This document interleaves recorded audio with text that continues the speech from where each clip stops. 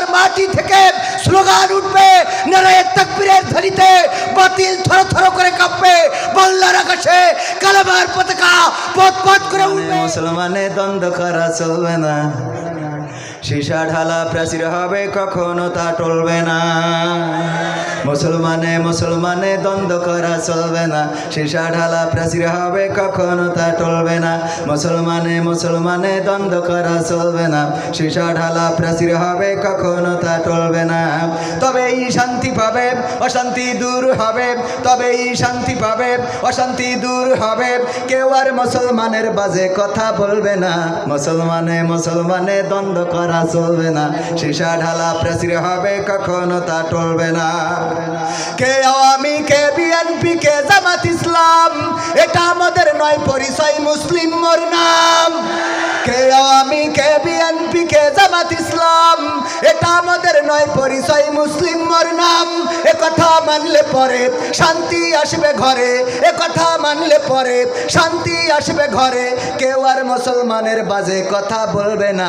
মুসলমানে দ্বন্দ্ব করা চলবে না, সীসা ঢালা প্রাচীর হবে কখনো তা টলবে না।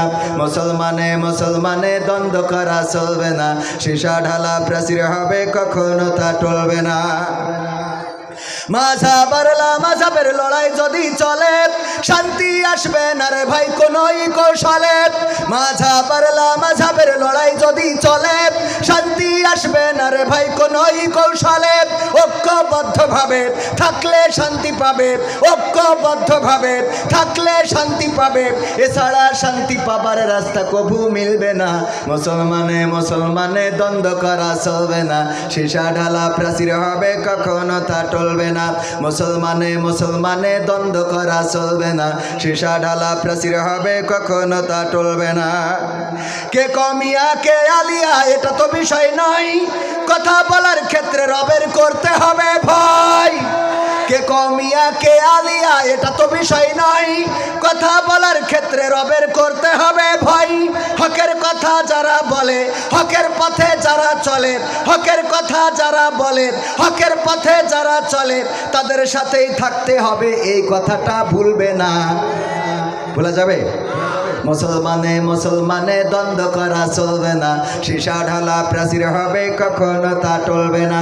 মুসলমানে দ্বন্দ্ব করা চলবে না, সীসা ঢালা প্রাচীর হবে কখনো তা টলবে না। তবেই শান্তি পাবে, অশান্তি দূর হবে, তবেই শান্তি পাবে, অশান্তি দূর হবে। কেউ আর মুসলমানের বাজে কথা বলবে না। মুসলমানে দ্বন্দ্ব করা চলবে না, সীসা ঢালা প্রাচীর হবে কখনো তা টলবি। তোলা যাবে? মুসলমান ঐক্যবদ্ধ থাকার ব্যাপারে আল্লাহ কোরআনে অসংখ্য জায়গায় বলেছেন। বিশেষ করে আমরা যে আয়াতটা বেশি পড়ি, কি পড়ি? ওয়াতাসিমু বিয়া, কি যেন?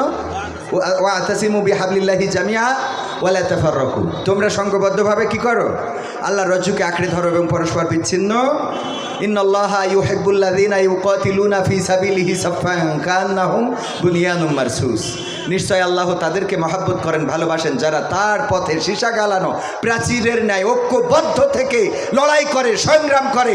এই বাংলাদেশে আল্লাহর জমিনে আল্লাহর দ্বীন কায়েমের জন্যে ঐক্যবদ্ধ থেকে যদি রক্ত দিতে হয় রক্ত দেব, জীবন দিতে হয় জীবন দেব, শহীদ হতে হয় শহীদ হব।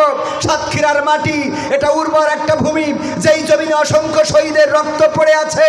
এই জমিনের মানুষ তারা বাঘের সাথে লড়াই করে, তারা সুন্দরবনে জীবন যুদ্ধ করে, যারা আমফানে টর্নেডো ঝড়ে তাদের ঘর বাড়ি ভেঙে যায়, গাছ ভেঙে যায়, কিন্তু সাতক্ষীরার মানুষের ঈমান ভেঙে দেওয়ার মতো কোনো ঝড় এখনো পর্যন্ত হয় নাই। বলেন ঠিক কিনা?